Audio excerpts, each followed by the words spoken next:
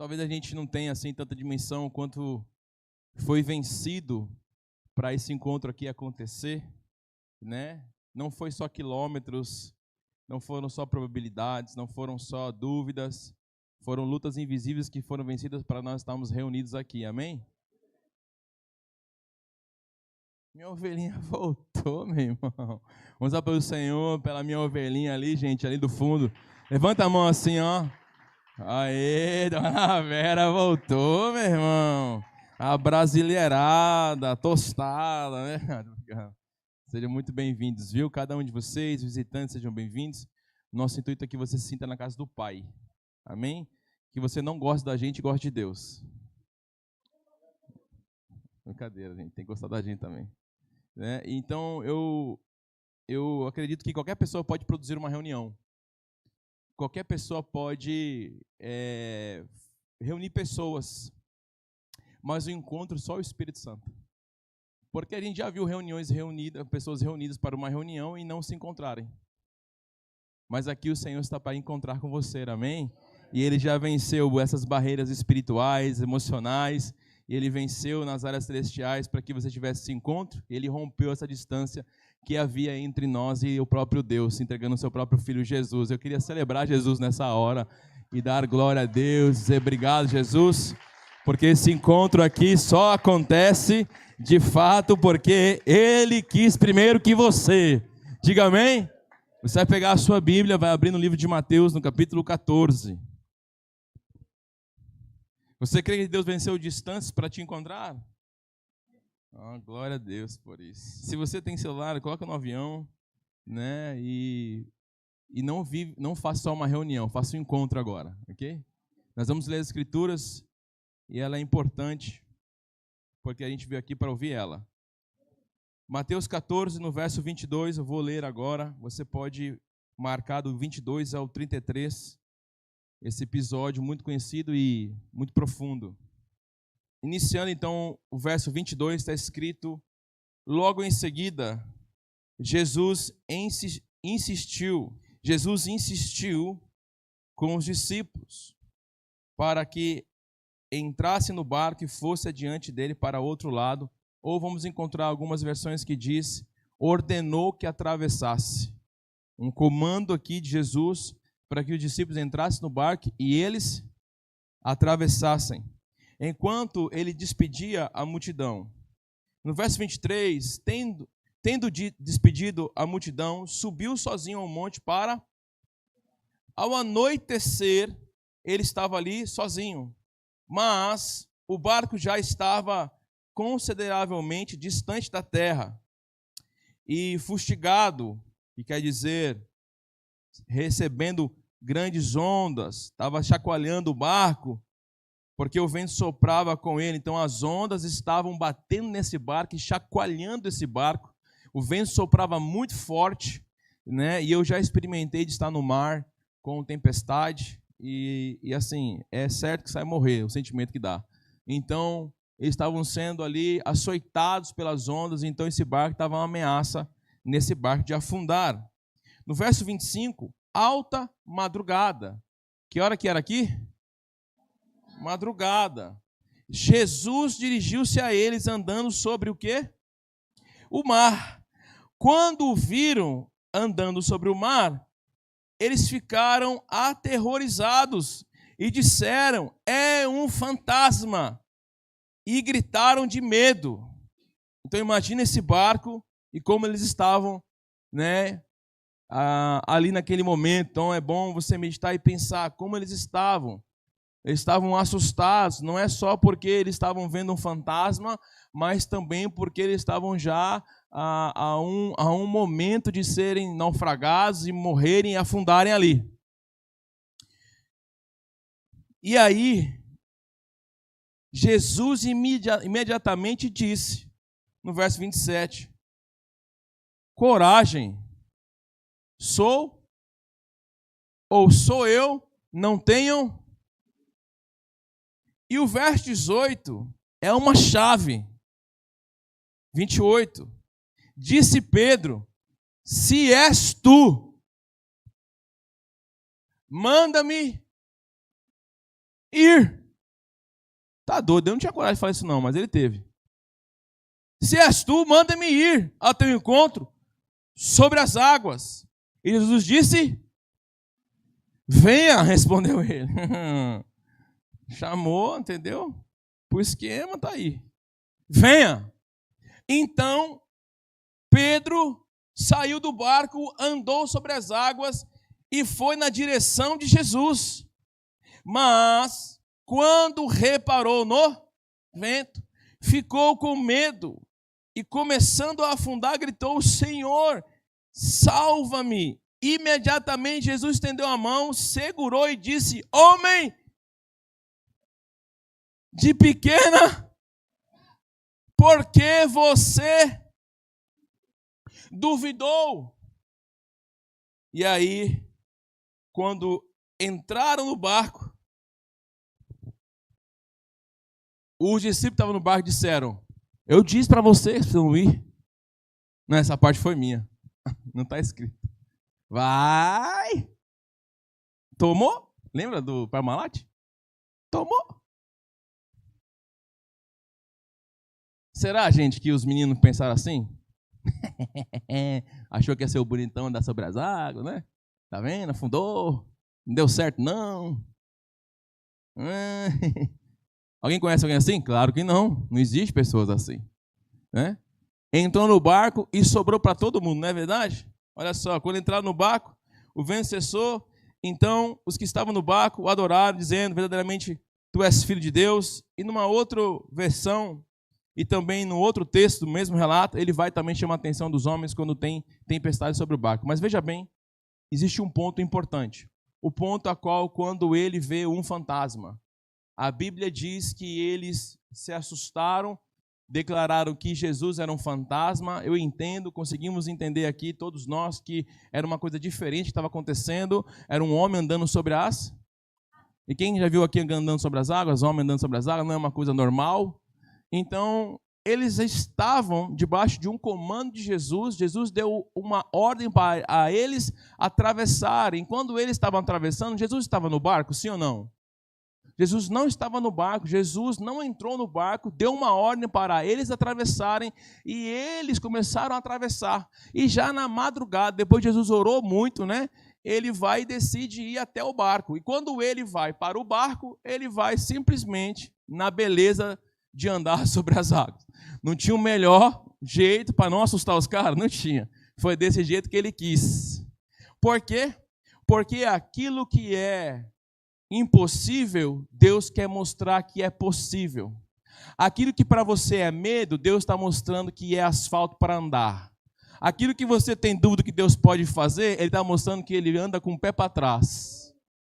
Aquilo que é impossível para você é possível para... Mas o que é que Deus queria falar? E aí, gente, eu estava meditando nas Escrituras e parando um pouco para pensar. Alguns irmãos ficam entrando na minha sala e não deixam eu fazer isso, mas eu me insisti e consegui. Escute algo. O importante aqui é que Pedro não falou como eu ando. Ele não disse de que forma que eu vou andar até o Senhor. O Senhor vai pegar na minha mão?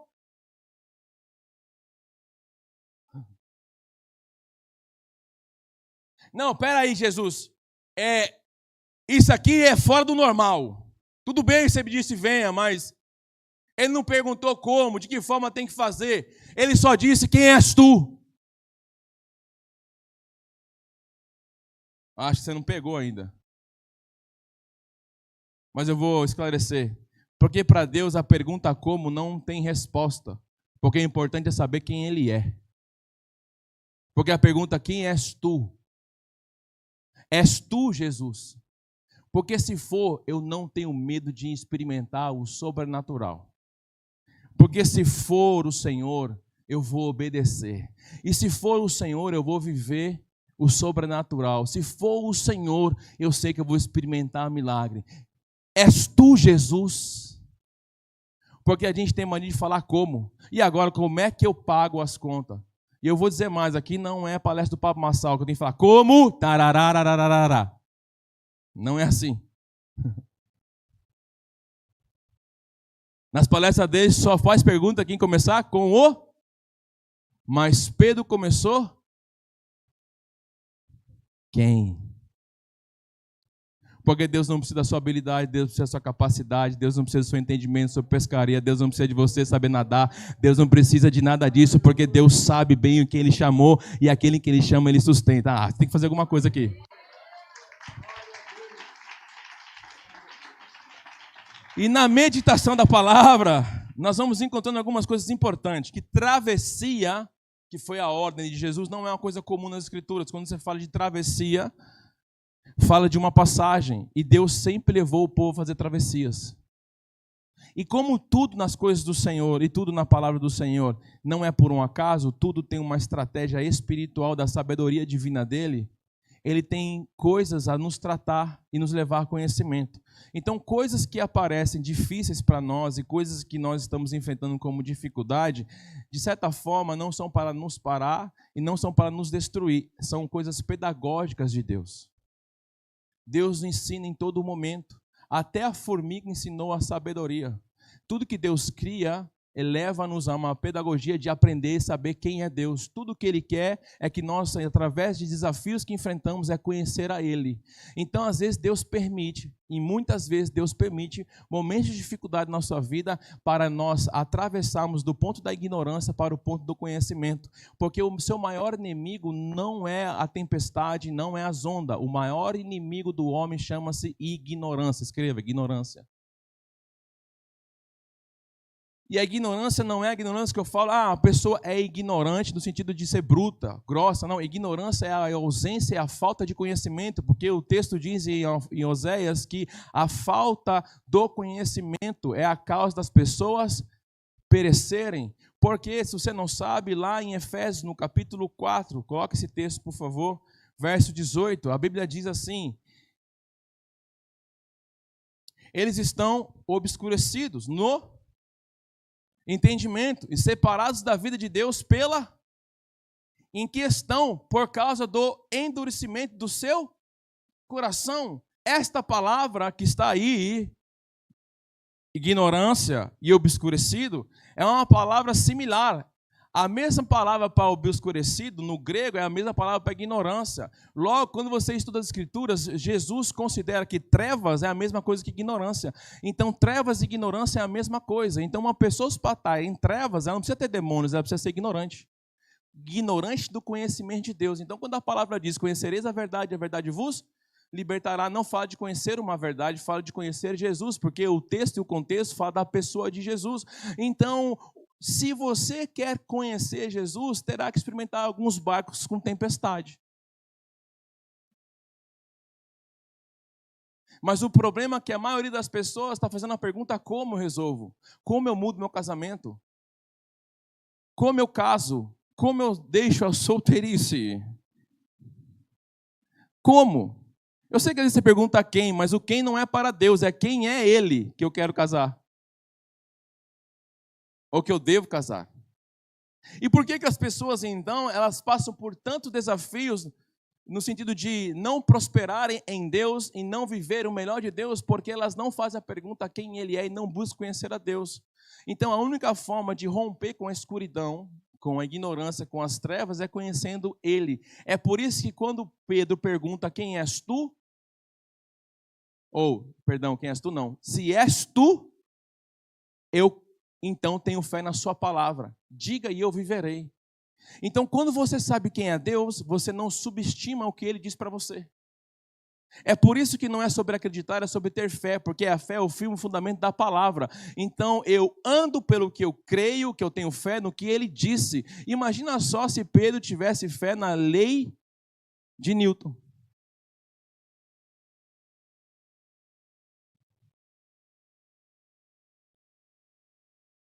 Quem aqui já andou sobre as águas, levanta a mão. Sem ser de barco, de stand-up, de prancha, né? Então, isso é até mesmo, de certa forma, desafiador e até confuso. Por quê? Porque, dependendo do que você acredita, tem fé, define o tamanho da sua ignorância. Então, vamos lá. Era necessário era necessário o povo de Israel atravessar o Mar Vermelho? Geograficamente, não. Era só descer do Sinai, subir a península do Sinai, já vai para Israel. Para que atravessar Perdão. Era só pegar o Egito, subir, não descer para o Sinai e ter subido para Israel. Mas eles tiveram que ficar encurralados ali, depois do Egito. E veja bem, entenda isso. Eles chegaram diante do mar, Êxodo capítulo... Deixa eu dar o endereço, 14. Êxodo capítulo 14, a Bíblia vai relatar nesse capítulo a travessia. Não era necessário. Agora vamos lá, da onde o povo estava saindo? E o que simboliza o Egito? E o que simboliza a escravidão? Escuridão. E o que significa escuridão?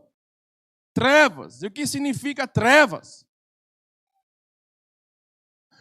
O Deus não poderia ter feito de uma forma assim, descido com todos os anjos, destruído Satanás, aparecido, eu sou Deus.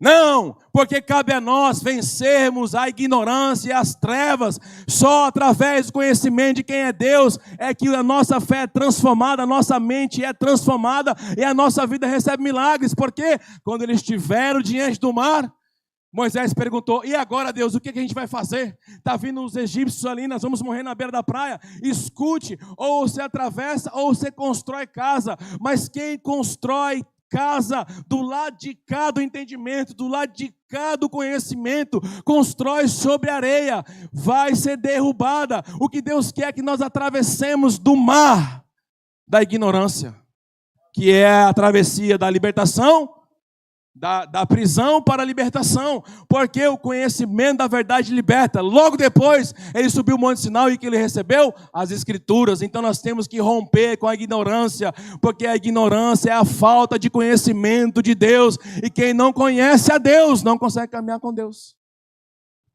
Vive de religião, vive do que os outros falam, vive de horóscopo. Olha, eu falei disso, hein? Faz tempo que eu não falo disso, né? Quem leu hoje? Vamos lá, quem sabe? Quem nasceu em março, que signo quer? Não, pastor, encaixa tudo. Tá bom, então, né? Só não encaixou o casamento, o dinheiro, as coisas boas, né? Só as coisas ruins que encaixou. Diga, trevas é ignorância. Quem será que é pior? O analfabeto ou quem sabe ler e não lê?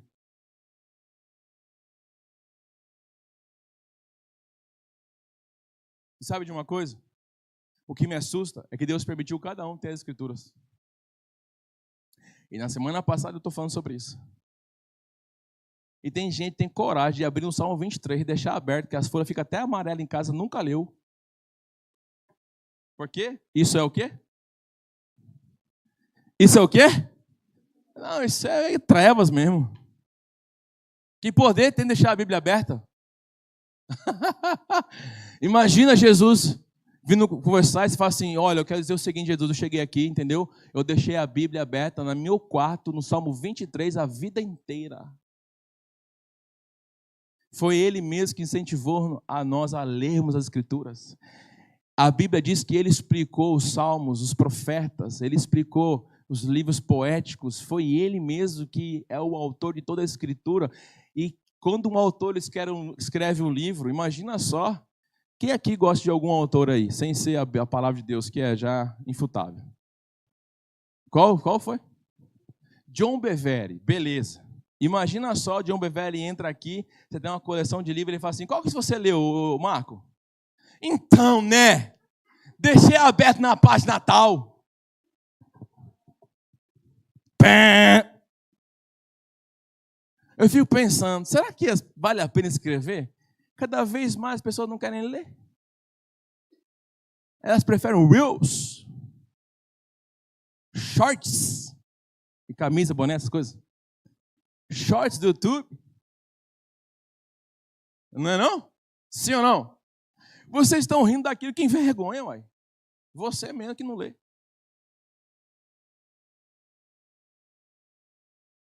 Aí as pessoas levantam a mão. Todavia me alegrarei. Nem conhece o texto. Não sabe nem estar cantando, meu amigo. Ainda que a figueira não floresça e não haja fruto na... Olha o que a pessoa está falando. Ainda que eu passe fome, que eu não tenho o que comer. Todavia me alegrarei. Aí está sol quente, está triste. Está chovendo, está magoado. Chega na igreja chupando limão. E chega e tem coragem de cantar. Todavia me alegrarei. Isso é trevas. Diga assim, ó, trevas. Agora fala assim pro irmão, você está na treva?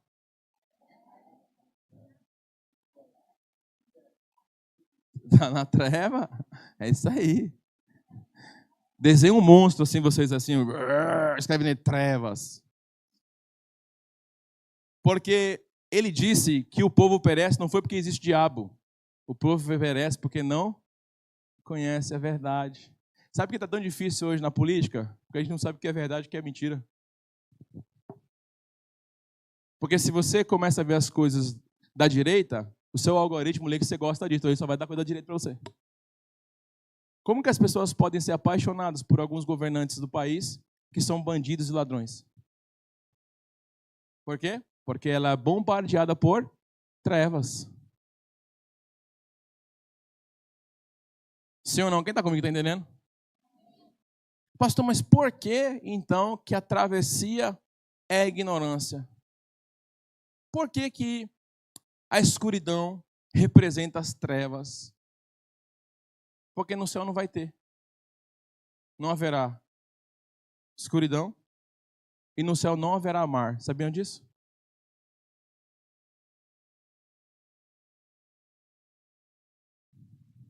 Vocês não sabiam?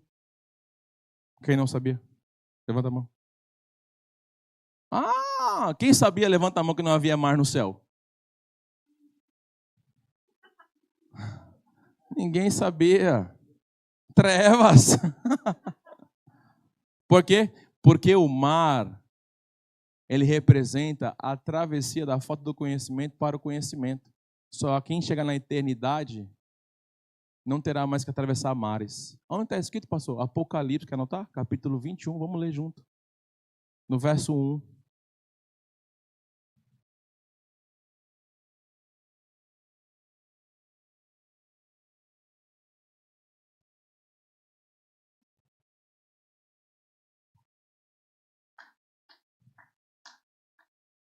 Pode aplaudir mesmo, gente.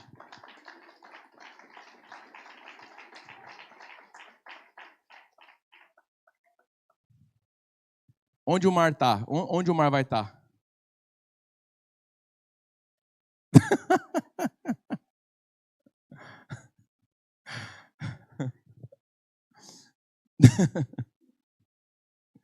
Vamos lá, então. Deixando vocês meditar um pouco.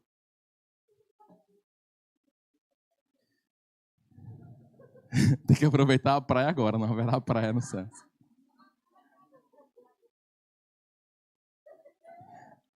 Por quê? Porque o mar representa a travessia da ignorância. Agora me diz, para que Jesus vai dizer para os caras atravessar o mar na Galileia? E vai permitir no meio do escuro? Estava ensinando eles. Porque nada é sem intenção e sem plano do reino dos céus. Para que Jesus vai mandar eles atravessar o mar da Galileia? Ei, vocês vão atravessar o mar da Galileia agora. Aí Jesus aparece como? No meio do? E no meio do? Estava de dia? No meio do? E o que eles achavam que Jesus era? O que você acha que Jesus é?